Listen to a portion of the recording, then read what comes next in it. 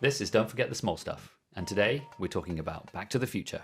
Wait, we can't record today. The equipment's wrecked. Wrecked? When the hell did this happen, or why wasn't I told? Oh, God. Why am I always the last to hear about these things?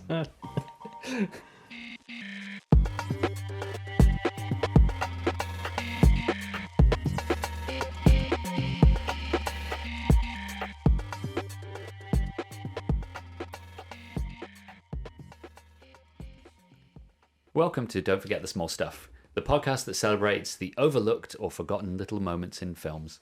I'm Jess, and with me today is Maddie. Hey. And Andy. Hi. And yes, as I said, today we're talking about Back to the Future. But let's just address the elephant in the room in the fact that this is our first ever episode. How is everybody feeling about recording today? When I say everybody, I mean the two people at the table with me. Oddly nervous. Yeah. It is an unusual sensation. Ultimately, we're just talking about something we've all watched several times. So, but yeah, excited to be here. Good. Matt? It's nerve-wracking, I guess. I don't know. Back to the Future was released in 1985. It was directed by Robert Zemeckis, starred Michael J. Fox and Christopher Lloyd.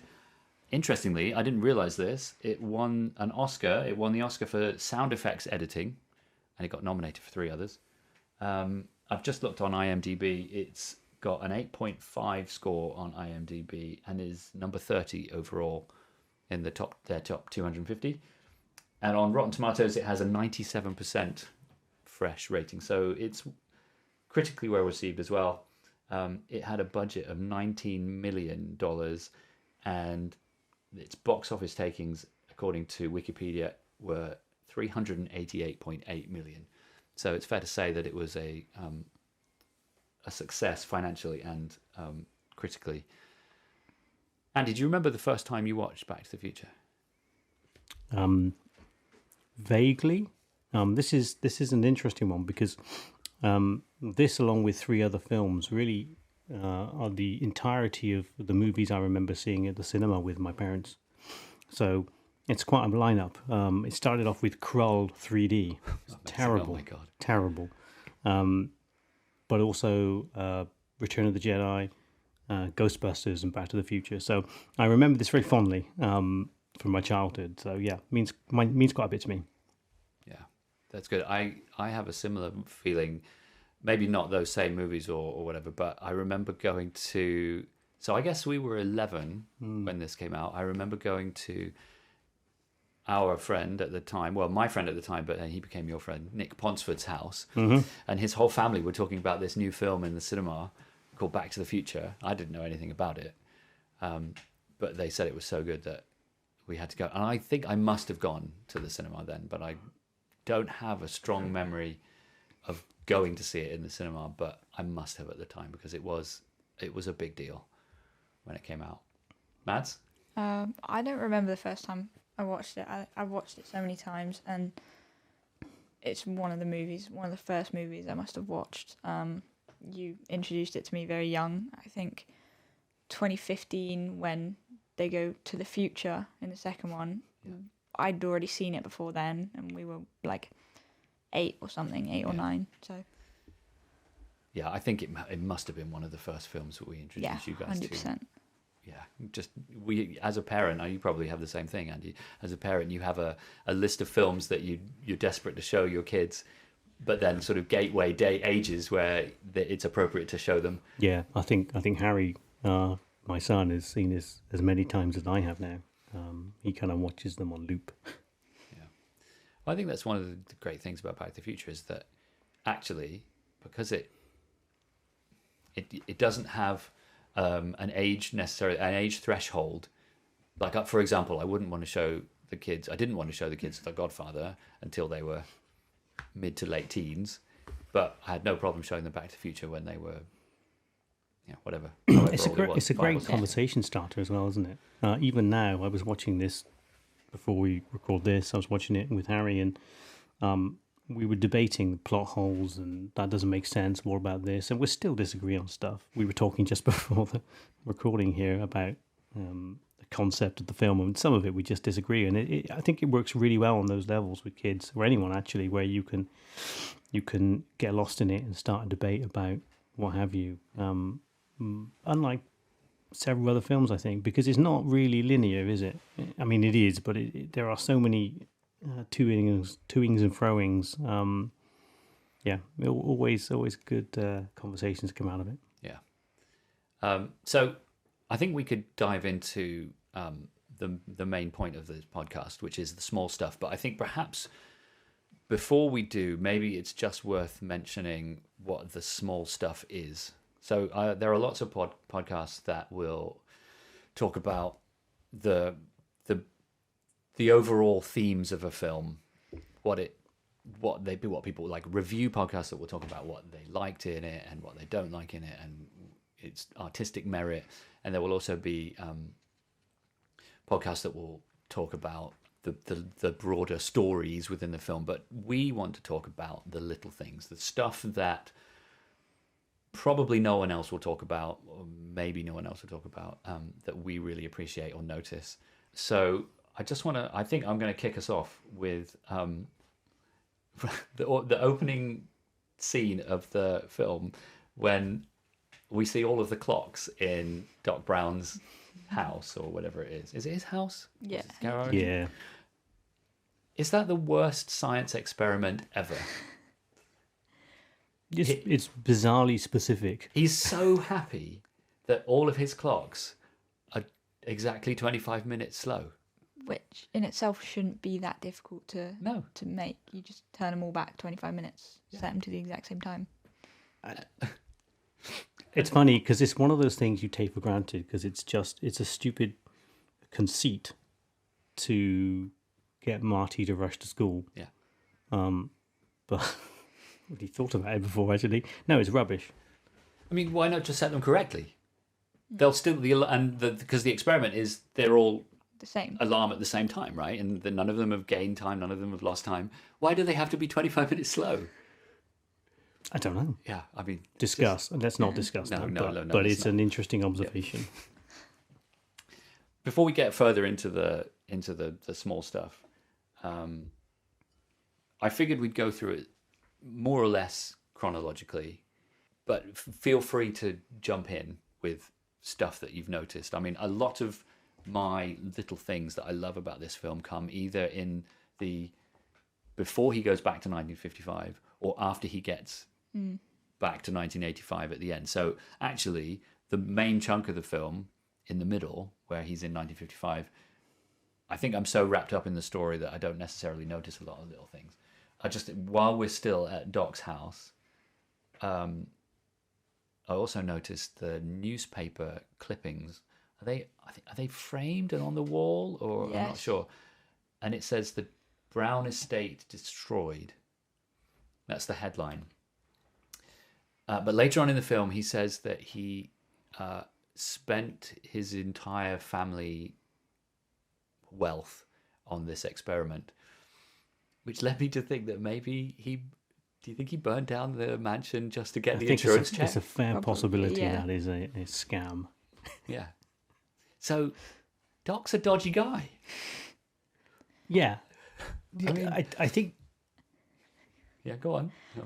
Can we just appreciate, how are they friends? How is a yes. 17-year-old friends with what, like 50, 60-year-olds? Because he doesn't think he'll be alive in 25 years. How did they meet? Where did they meet? Why are they, like, why does Marty just have a key to his house? No, he doesn't have a key. He just takes He it does? from no. It's he under don't- the- it's under Oh, it's okay, under yeah. the mat. Yeah. Yeah, yeah. Remember, this is 1985 when you could go out with your door unlocked and that kind of stuff. but it's a fair point. Why? It's really weird.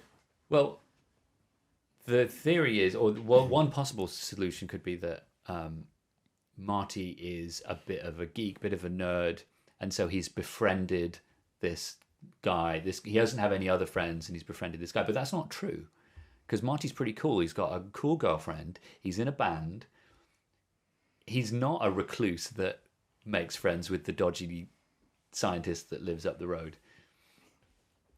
So yeah, it's a bit odd. How about this? And this is wild speculation, but I'm going to suggest that he has a weak father figure in his household. Oh. I don't think that's No, it's it's perfect. beyond doubt. But I Yeah. wonder whether or not he's looking for some kind of more more strength from a fatherly character. Okay. But this isn't small stuff, is it? It's really, no, it's not small stuff, but no, that is, yeah, okay. But it's a fair point. I've Maybe never we really should thought call about this "Don't Forget the Big Stuff." Why would he choose Doc though? Doc's not exactly strong or fatherly. It's interesting, though. He's a crazy scientist. He's a crazy who wild-eyed scientist. decided to fall off of his porcelain toilet. Decided to. Yeah. Right, let's crack on. Any other from these opening scenes? Anything that cropped up? Yeah, when his girlfriend leaves, Jennifer. she gets in the car with his dad. He goes and skates off. He grabs the back of a police car. Yes. Does the police just let him? Well, did you notice though? Because on the other cars that he grabs hold of, he's not hiding. He's upright. He's holding the guy. The Jeep driver even looks back at him and he's like, "Hi," but the police car, he's low. He's staying really low. I've always loved the fact that Marty's sister calls it the fish under the sea dance. It's just a great sort of misremembering of the truth and disrespecting of the history of their parents, as most kids do. Yeah. So, the movie goes on and he meets Doc at Twin Pines Mall. We could, if you want, Andy, talk about your misinterpretation of whether Marty chooses to go 88 miles an hour. No, I don't think we should get into that. What I will say is that Doc's truck on the side says 24-hour scientific services. What does that mean? He's there ready for your scientific needs 24 hours a day. Well, as we've learned, he's spent his entire family fortune, so he needs all the... It reminds me of when I was driving and I saw a truck in front of me that had crime scene cleanup on the back of it, which made me feel that it's slightly dodgy. It's obviously not, but yeah. What was it? Scientific 24-hour scientific services. So any time of day or night. He's there for your scientific needs. Brilliant. I've got one from when they're in the car park. Doc's reminiscing about what he thought of from it 30 years ago, and he talks about the guy that owns the land and the fact that his name's like Peabody or something, and he wants to use the land to breed pine trees. Yes. When Marty gets to the past, the past, yeah, he's in Peabody's garage. That's where he was. I didn't pick up on it until today. I didn't realize that he'd just gone to the guy's house and he started attacking him. Yeah. Because he's already mutated into a human form. Yes. Which is one of my favourite lines. It's so good. Just before we go back in time, though, I do want to talk about... so Doc is a failed scientist. We can all agree on that. Except for the experiment about the clocks being 25 minutes slow. If the time machine didn't work at 88 miles an hour, Doc and Marty would be pulverised. Because the car is going straight towards them. And the fire trails go between their feet. Marty stood on the fire trail. No, that's dicey effect. I mean, the confidence that Doc has, considering he's never invented anything that works until now, that is supreme confidence. He's just risked his life. I don't know why they do that. And obviously Marty kind of shuffles away a little bit and he glares at him. He literally pulls him back in. Pulls him back. If I'm going down, so are you. It's an unusual move. Yeah. So the chemistry between Marty and Doc, so Michael J. Fox and Christopher Lloyd, it's pretty epic, right? So did you know that they filmed like 30 plus days with Eric Stoltz as Marty? Yeah. And Eric Stoltz, well, he's a method actor and he's a bit weird apparently. There was no chemistry, so they brought Michael J. Fox in while he was still filming Family Ties. So he was doing double shifts. He was doing Family Ties during the day, and then he did Back to the Future at night. I'm so pleased they did, because their chemistry is amazing. It's real good. Yeah, I read there was some kind of aggro with him and Biff. Was it Tom Wilson? Kind of there was some kind of overly aggressive acting which he wasn't best pleased with. Who, Eric Stoltz? Yeah, Nice. yeah. Good. Did you notice that the Libyans, the ones that are trying to blow up Yeah. Marty and kill Doc, or so we think, they start speaking English. He does say sodding gun at one point. I'm Yeah, pretty and he sure. says go, go, go, go, go, go, go. Harry and I always laugh at that scene because you just couldn't record that now. It's terrible. What, the whole Libyans The Libyans, thing? it's terrible. Well, there's a couple of things that haven't aged particularly well. No, that's the glaring one for me. Yeah, it's it's bad.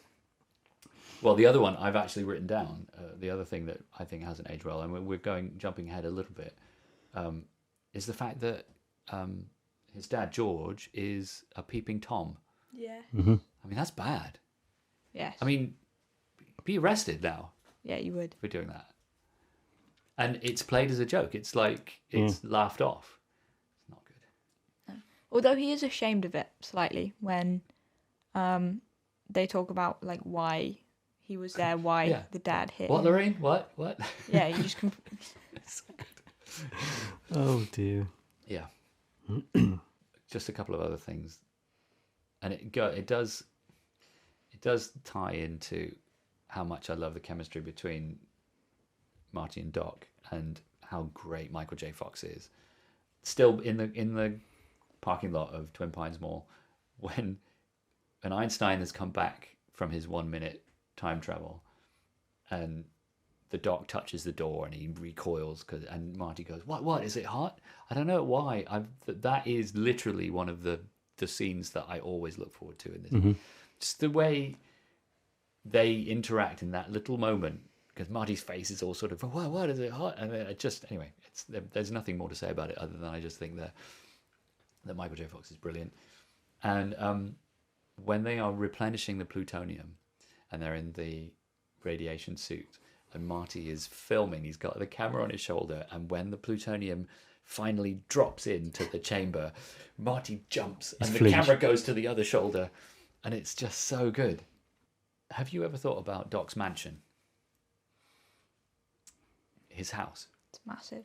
It's amazing. It is huge. large, yeah. But no, I haven't. So, because Marty only knows Doc from the future, that crappy little house, whatever it is, looks like it's in the parking lot of a Blockbuster or something. And when he approaches the house, Marty's face, when he's looking at the mansion, is brilliant because you don't know what he's looking at yet. And the camera pans out, and the Doc's house is amazing. It's actually, again, this isn't one of the things that I always look forward to in this film, but I noticed it for the first time this time watching it, that we spend almost all of the time in the garage at Doc's place, not the house. I did notice though that the house and garage, when they first leave, Doc leaves out the front door, runs with all of his stuff to the garage, but then there's a bit when they're in the area and Marty says something and he runs inside like the 21 gigawatts. Yeah. He runs back into the house through the garage. I may be wrong. He runs back to the house. Yeah, no, you're right. Yeah, but he runs back to the house. But through a door, he doesn't go. For like the garage side door. Yeah, he doesn't. Yeah. But then it's the same door that Lorraine walks through when she follows Marty to the. It is. Yeah. Oh, okay. Yeah. Oh, I gotcha. I did notice something. Yes. Einstein is a puppy in 1955. No, it's a different dog. It's a different dog. Are we sure? Yeah, it's we find this out in Back to the Future 2, I think. It's Copernicus. Copernicus, yeah. I haven't seen Back to the Future 2 for a while. Because I was going to say, it's like 30 years old. Yeah, no, definitely. It's an interesting choice because I think it's the same breed. It's exactly the same breed. So, Same breed, same colour. Is that what you're saying? Doc's got a type? Probably. Don't we all? There's the great line about the rhythmic ceremonial ritual coming up. Again, referring to the I love that fish scene. under the sea dance. It's really good. You talk about the chemistry between them. Marty is talking about, in 1980s speak, which Doc just doesn't get. mostly because he's from the 50s, but also, or he is in the 50s, but also because he's a middle-aged guy. Yeah. And obviously there's the heavy joke. But it's so good. It's so good there. To the point where, Doc just ignores Marty when he's like, what? You know, he's like, just keep talking. It's brilliant. Well, although I suppose they would be much closer in age in 1955. How old do we think Doc is in 1985? He could be 40. He could be 80. We don't know. Because they've used. That's a good question, actually. So they go back 30 years because he looks old. So let's in say 1955. Let's say Doc is in 85. He's 60. So 30. So he's potentially 30. He does not in look 1955. He looks too old for that. He looks 55 Yeah. in 1955. Yeah, that's a good point. Okay. They've done it wrong, haven't they? Well, It's a fatal flaw. maybe the old age makeup wasn't the old age prosthetics weren't brilliant in 1985. I don't know, but they do all right with the parents. Lorraine and George old. I mean, but it's not. Okay, no, not convinced. No. Better than Doc. Sort of, not really. I think because for Lorraine they do a bit more, but then with George they just give him a wig and it looks weird. So I think there's another. This might be my favorite scene in the whole movie, and it is again about the chemistry between Doc and Marty. When Lorraine follows Marty to the garage and asks him to ask her to the fish under the sea dance. Sorry, the enchantment under the sea dance. The unspoken interaction between Doc and Marty is, I think it's it might be the best comedic acting in the whole film. Doc's face is so good. Because he's just slowly circling, getting closer, glaring. Yeah. Absolutely glaring in different ways, but it's very, very And funny. they lean against the car side by side, just like, oh my God, I can't believe this is happening. Like, he leans on him at one point. Yeah. It's just brilliant. And Lorraine is completely oblivious to it all because she's so besotted and infatuated by Calvin Klein. Flustered. Yeah. So good. Have you ever had anyone ask you to ask them to an event or a date? It's so 1955, isn't it? Yeah, no. The boy has to ask. No, that's not happened to me. Sorry. I'd like to pretend other people asked me places, but that didn't happen either. So the last few I've got are towards the end of the film, so I want to miss anything out. Yeah, I've only got one more. It's right at the end. Yeah. So when George punches out Biff, right? The punch is a big deal. Screws up his fist. The face. Yeah, the face, all that stuff. But my take on that is that that's not the true heroic moment for George. No. Because that was an instinctive thing, the punch and the reaction to how horrible Biff's being. The heroic moment for George is when Biff is telling him to go away and he says, "No, Biff." Yes. Because he's making a choice at that point. This isn't like he's overcoming his instinct to go away and be bullied. He's deciding, no, I'm going to stay and I'm going to defend Lorraine. So, yeah, good old George. So once Marty's back in 1985, by the way, he gives himself 10 minutes, which is not enough. No, it's ridiculous. Yeah, He has to go 2 miles or something. Yeah, well, He exactly. literally says, So- I've got all the time in the world. Yeah, I'll give myself 10 minutes. So I worked this out. You're right.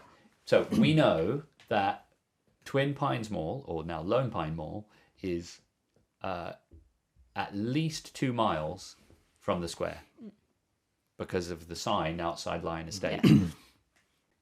I checked the clock at the mall. He ran 2 miles in 9 minutes. Well done. Fair play. I mean, that's Give up music. that's competitive running. Take up athletics. I mean, he was blowing when he got there. You can tell. Yeah, but He was.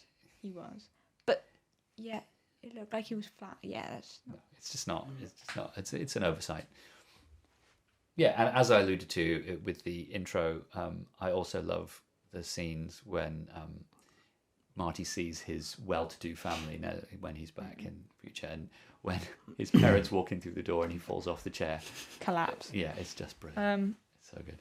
My one is when he wakes up after coming back, his alarm goes off at 10:28. Yeah, it's really weird, isn't it?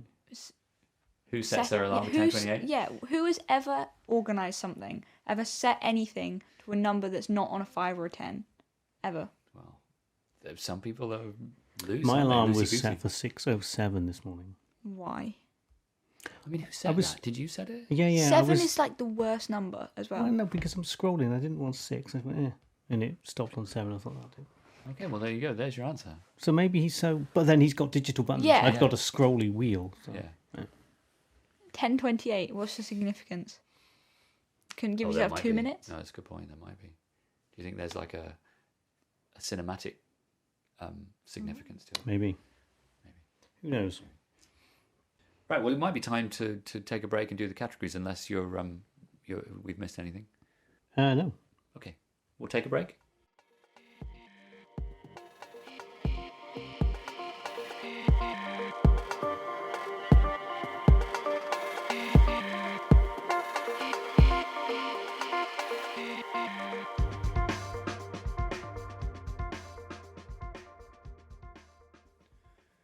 Okay, so for the first category, we're going to visit Audio Corner.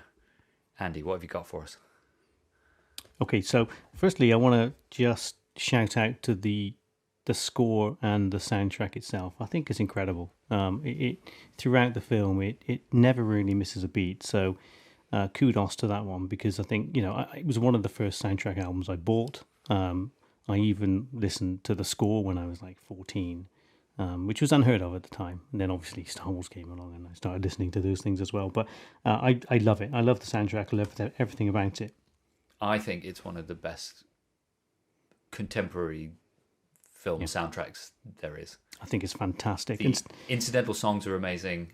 Yeah. And the actual score itself, what we brilliant. describe as the classical music, is brilliant. The way it works, just everything about it. Watching it again the other day and the bit with when Doc is setting up the cables on the clock tower, and Marty's late and he's looking at his watch, and it's brilliant. It's so good. It does such a good job of moving the story along and bringing the tension in when it's needed and things. It's fabulous. So that was the first thing I wanted to say.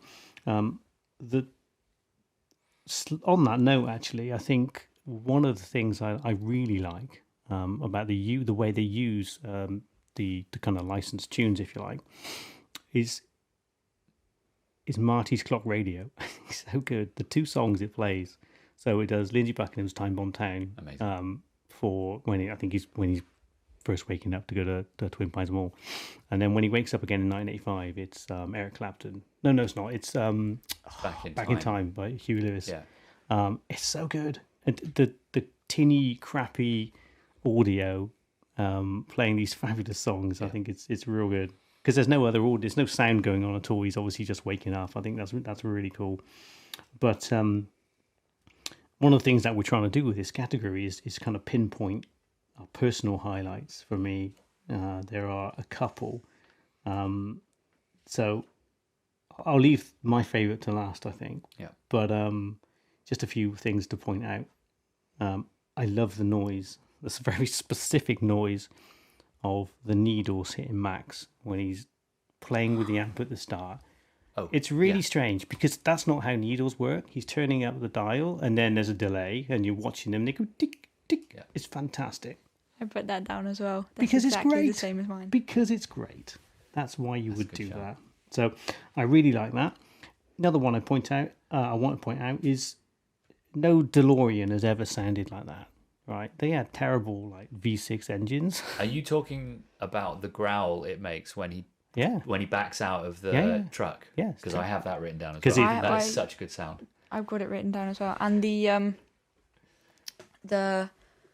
as the back of the truck opens, the psh and then it opens, and like the almost electric car whir that the DeLorean makes while it's being driven. The sound design in that whole bit is just brilliant. Apart from the fact that's not a DeLorean engine, no, it's just not. Correct me if I'm wrong. Can I just, while we're talking about the DeLorean, I've just realised there's something that I forgot to say. Do we think it's a complete miracle that the car had done 32,994 miles? Based on historical assessments of that car, yes. Yeah, I think okay, it's pretty unlikely. Yeah. No wonder it always breaks down.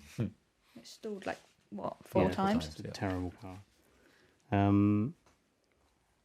Yeah, I've covered that bit. So, yeah, I think my specific favourite, and I know we've actually talked about this already, but I know it's a terrible science experiment, but to be as bold as to start a film with just a bunch of ticking clocks, I love it. It's so good. It not only is it a really cool noise, it's really brave. There's no other noise. There's no music playing. It's just ticking clocks. It's fantastic. So that's my particular vote for Audio Corner this time. It's such a it's an unusual opening. I mean, in general, it's obviously fitting because it's about time and time travel and stuff. But it, good shout. Love it.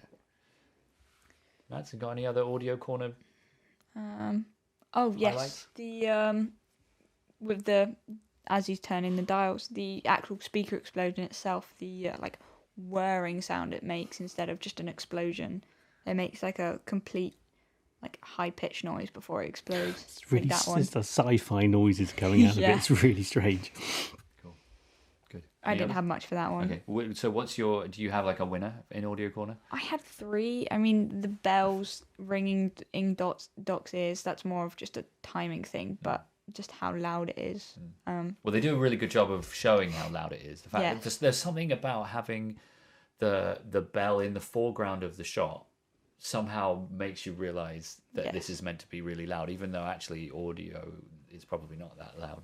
I think he starts yelling slightly before the clapper hits the bell. But like this, and only a millisecond, but it's funny. It's funny.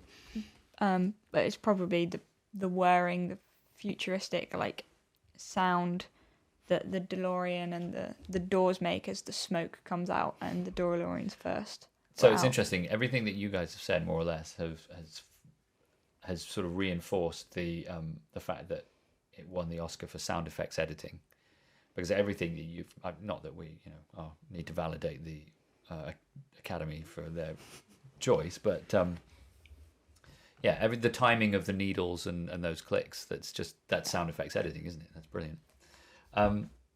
So I've got a few that are actually music based. So when Jennifer is saying goodbye to Marty and her dad's in the car, and Power of Love is playing in the background nice and quietly, and then they finally get to kiss because they've had 2 kisses interrupted by the Save the Clock Tower woman and Jennifer's dad, and then they finally have their kiss, and just at that moment Huey Lewis sings "That's the Power of Love." The timing of that is so good, and Marty's face is so good.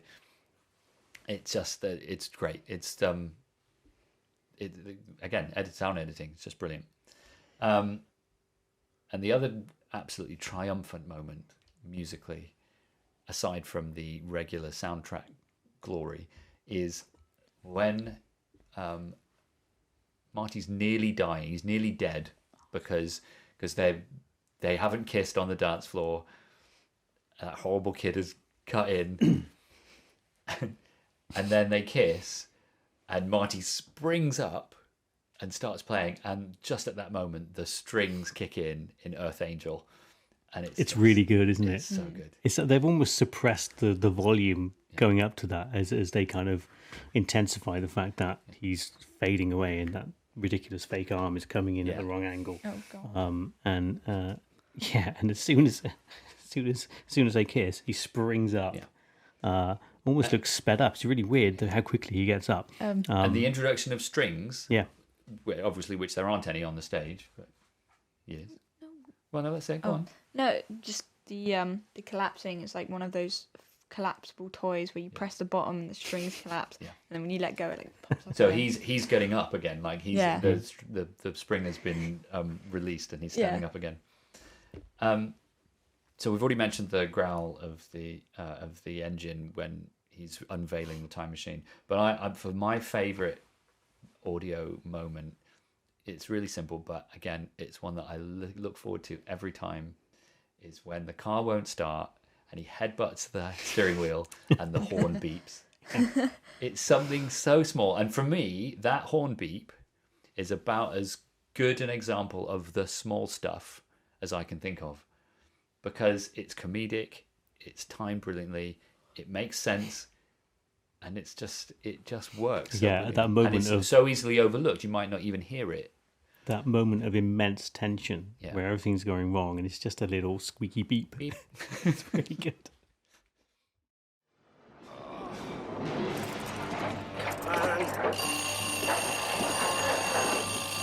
Here we go. This time, come on.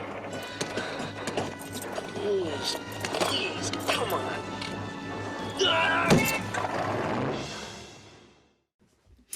Right, let's move on to I don't know what you want to call it, the cinematic award, or the best single frame or the best looking scene in the film. Mads, do you have anything?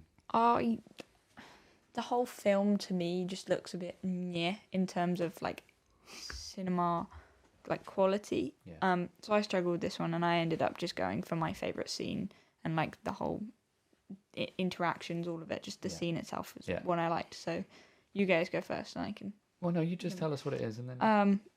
The bit when they're in the garage and Doc's gonna explain the thing, and he's got his model, and he's like, I didn't have time to make it to scale or paint it, and just casually goes and gets the car and like carries on explaining it, and Doc just waves it off like, no, it's fine. No, Marty waves it off, and it's just, there's just no need, but the model is so precise, but he's worried about it not being to scale or painted. It's just the brilliant. experiment is I mean, as you say, it's completely redundant anyway. It's not a conceptually difficult thing to understand why it needed a model anyway, let alone a scale model, painted, etc., etc. It's brilliant.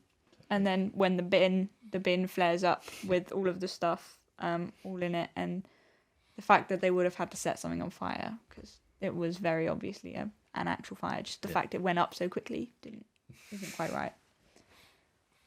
Well, no, those were oily rags. Yeah. True.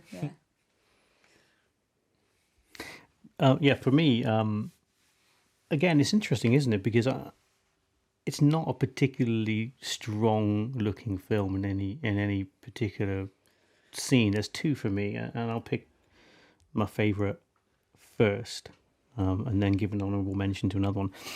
So we've talked about the scene briefly just now. The DeLorean coming out the back of the truck.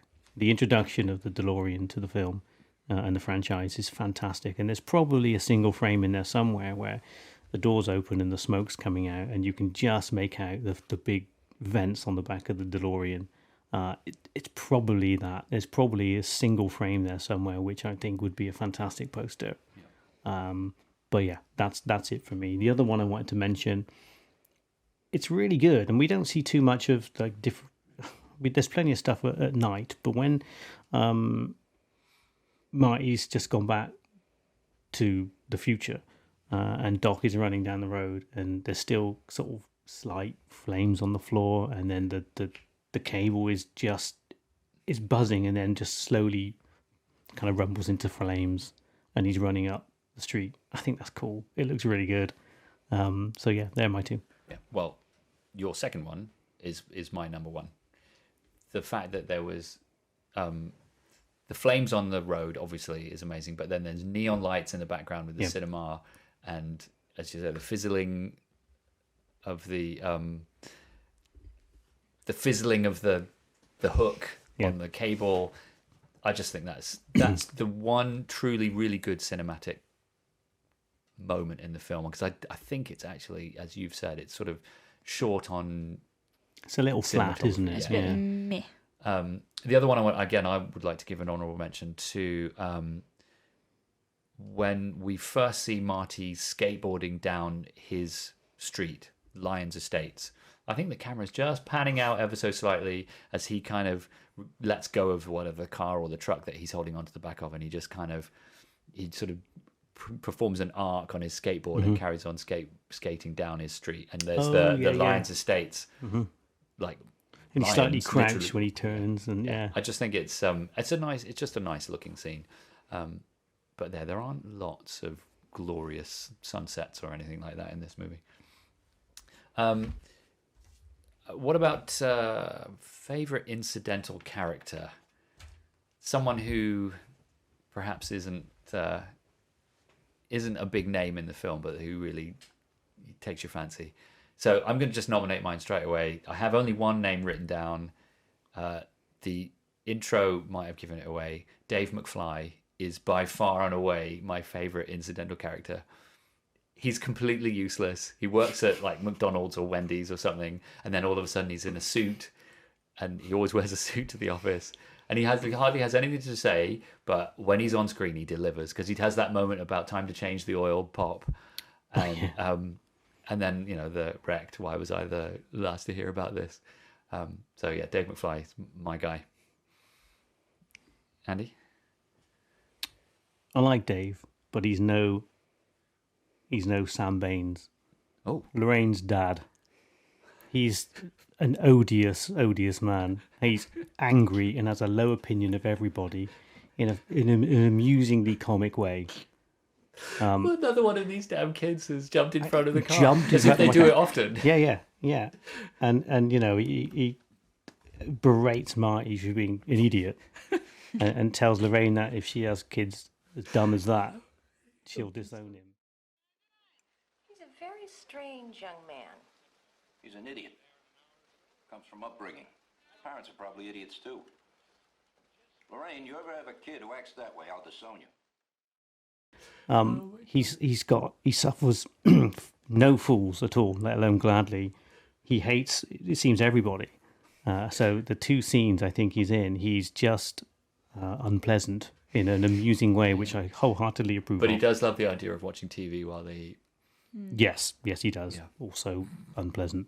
But there we are. So that's it. Sam Baines, congratulations. Okay. Well, we're going to have to agree to disagree, because it's clearly Dave, but that's fine. I don't really have one for this, but I like the kid who Marty steals the scooter from, and I can't remember the line he makes, but he like exclaims how cool what Marty's doing.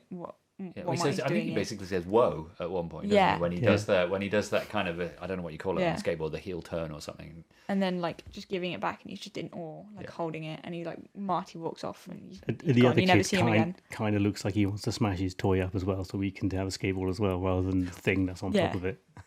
Speaking of those kids, I love the way his friend tries to come and rescue. Like, so Marty goes to take the kid's deck, and his friend sort of joins in immediately. He's like, no, don't take it. And so they're both sort of struggling. So camaraderie, friends, good. Nice. How about locations in the film?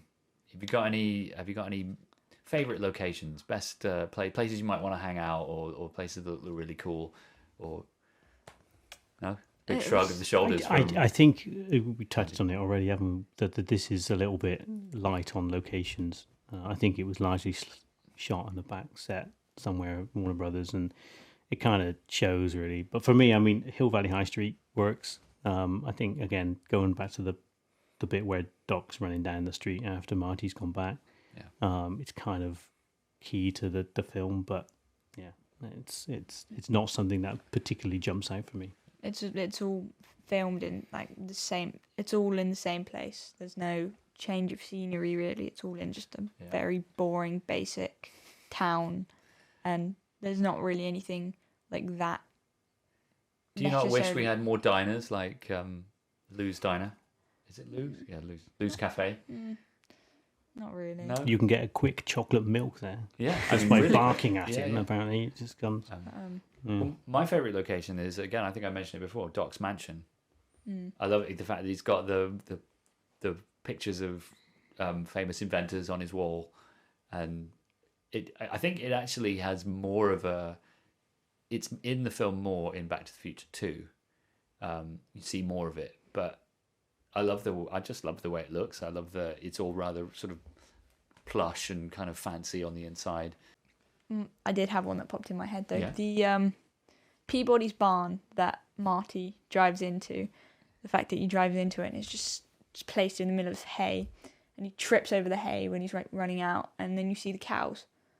How did he not kill How the did he cows? not? Yeah, how did he not hit any of the cows? Well, he was, because he was going 88 miles an hour.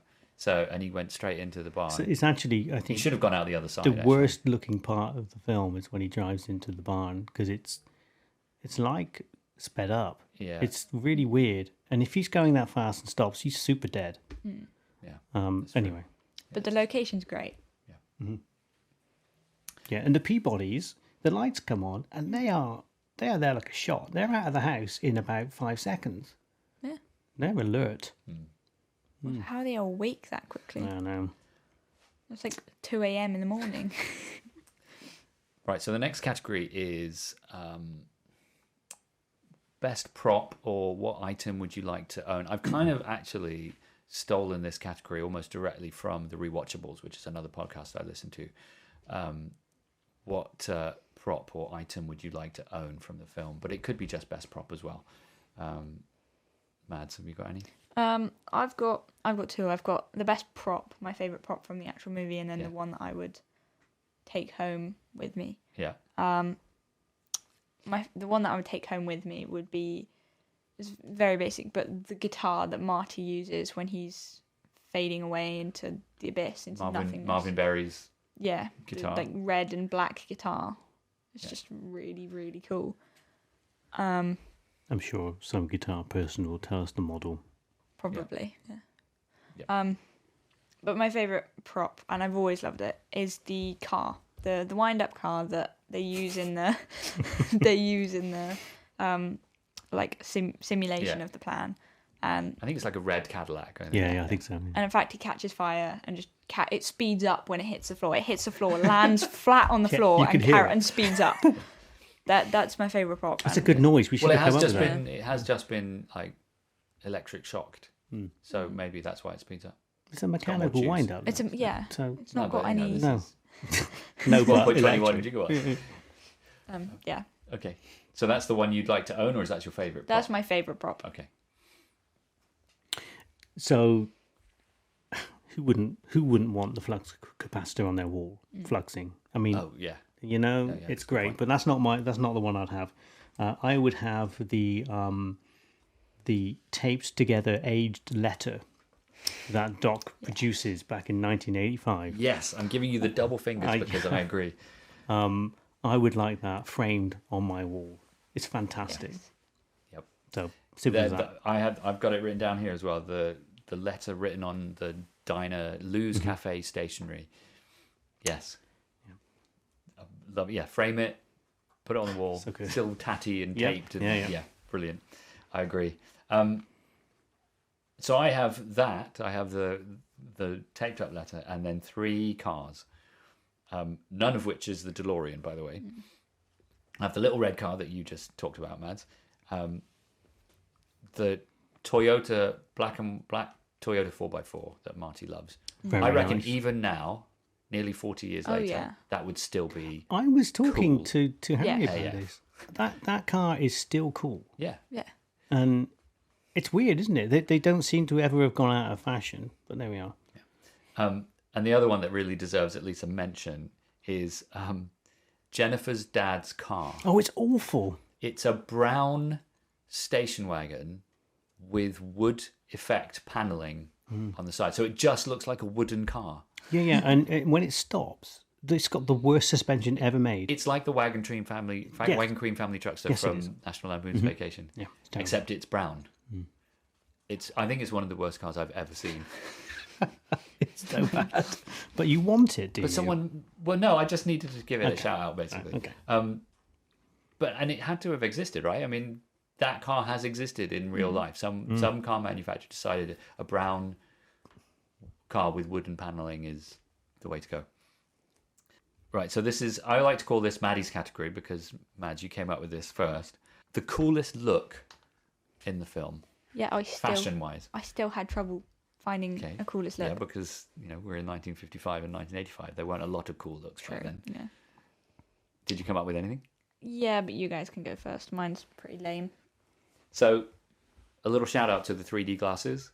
Yes. I I wore those watching Cooool 3D. Nice callback. Excellent.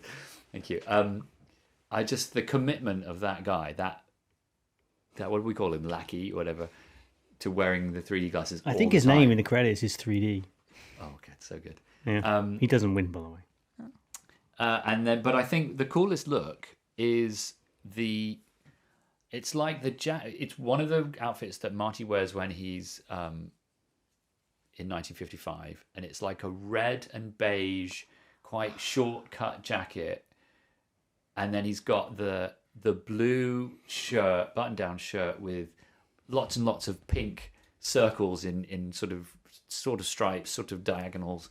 And I just think as a and I think he's wearing the Converse. Mm-hmm. He's going black Converse as well. So I think as an ensemble, I think that's a pretty cool look. I mean, there's slim pickings basically. In this it is. But... It is tricky, and I struggled with the same thing. It's mostly just 1950s attire, isn't it? Yeah. But mine was I picked Doc. Doc, when he looks smart when he turns up at the school with Marty. So he's wearing a nice, funny shirt with a hat, and he just looks sharp. And it's probably the only time you see him in non-science gear. Yeah. That was it for me. It's kind of like a guy on holiday, right? He looks like a tourist from the 1950s. It's exactly right. So I've picked him. So he gets my vote. Cool. Good. Yes. I've just thought of one. I'm going to give a little shout out to it because I love it. The hazmat suit wannabe that Einstein wears in the truck while they're getting the plutonium. You're right. It looks like he's going. He looks like he's got a rain jacket on. Yes, it looks like he's going fishing. Yeah, it's a sou'wester. It's Nice. really weird. Good one. Doggy outfit. Yeah, but the band that play at the Fish Under the Sea dance. The Starlights. Marvin Berry and the Starlighters. Yeah. Yeah. Their suits, the blue Very sharp. tux with, I think it's a black shirt. Yeah. It just looks really crisp and very. Okay. I don't know what style is it. Well, it's 1950s. It's rock and roll, isn't it? Well, maybe not rock and roll yet, but something like that. But just very plain, Very cool. it's really smooth. One last award. Andy, would you like to give us a closing credit? Yeah, so the idea here is I'm always fascinated with slightly bizarre credits, be them cast members or crew. And this one goes to a member of the crew. Now, one thing, I was watching the credits and they're super short. I guess in this day and age, you're used to sitting in the cinema waiting for a end of credit scene for like 10 minutes. So these are over in 2 or 3, so there's not much to pick from. But this one, I'm just checking my notes here to get the chap's name right, is a Mr. Ron Cobb. Now, Ron Cobb was a cartoonist, an animator, and actually did some work in Star Wars, Raiders, Last Starfighter, Conan the Barbarian, Close Encounters, Alien. He's done a lot of work, so it's like conceptual design work. He's legit. Yes, he is. And he is credited with being the DeLorean time travel consultant. Congratulations, Ron Cobb. Amazing. What a guy. You should go to roncobb.net. Okay. Actually, he's done some really cool work. I mean, I think he's long gone now, but there's a lot of his concept art and design work from all the films and stuff on there. It's worth looking. He deserves a shout out. Yeah, roncobb.net. Okay. Excellent. Right, that'll do it for this episode. You can find us online at smallstuffcast.com. We are at smallstuffcast on Twitter, Instagram, and Facebook. And you can contact us by using email at smallstuffcast.com. Thank you for listening, and thank you, Andy. Thanks. Bye for now. And thank you, Maddie. Cheers. Join us next time when we are looking at Casino Royale, and don't forget the small stuff.